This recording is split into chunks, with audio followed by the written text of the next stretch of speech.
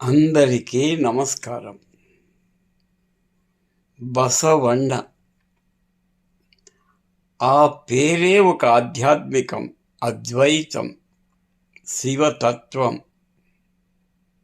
బసవేశ్వరుల వారు ఆ పరమేశ్వరుని వరప్రసాది. ఆయన అంటారు, స్వర్గం నరకం ఎక్కడో లేవు. నీవు ధర్మాచరణతో, సత్యవచనముతో, న్యాయబద్ధంగా 10 మందికి మంచి చేస్తూ వెళితే అదే స్వర్గం. నీవు స్వర్గాన్ని సృష్టిస్తున్నావు. స్వర్గాన్ని సృష్టించడం నీ చేతిలో ఉంది, నీ మంచితనంలో ఉంది, నీ సత్ప్రవర్తనలో ఉంది, నీ దైవభక్తిలో ఉంది అంటారు. అదే నీవు అధర్మపరుడై హింసాత్మకముతో కూడిన ప్రవర్తన కలిగి అసత్యమాడుతూ అన్యాయంగా ప్రవర్తిస్తూ 10 మందిని పీడిస్తూ బాధిస్తూ ఉంటే నరకాన్ని నీవే సృష్టిస్తున్నావు. నీ చుట్టూ ఉన్నదే నరకం. నీలోని చెడు, నీలోని దుర్మార్గం,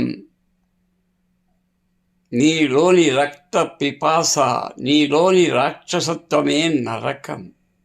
నీలోని మంచి, నీలోని దైవత్వం, నీలోని ఆధ్యాత్మికం, నీలోని దైవభక్తి, నీలోని దైవ చింతన, నీలోని పరోపకార బుద్ధి స్వర్గం.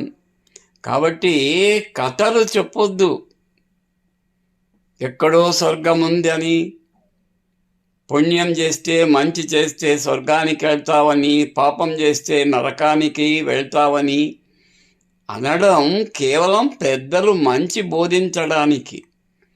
స్వర్గం నరకం వేరువేరుగా ఎక్కడా లేవు. ఇక్కడే భూమి మీదే మనమే సృష్టిస్తున్నాం స్వర్గాన్ని, మనమే సృష్టిస్తున్నాం నరకాన్ని. కాబట్టి నీ చేతిలో ఉన్నదాన్ని ఎక్కడో ఉంది అని భ్రమించకు, అందరినీ భ్రమలో పెట్టకు. మంచిని పెంచు, చెడును తుంచు అనేదే బసవಣ್ణ వచనములలో చాలా మూలమైనది. దొంగిలించవద్దు, పరులను హింసించవద్దు, కష్టపడి జీవించి జానెడు పొట్టను నింపుకు అంటారు.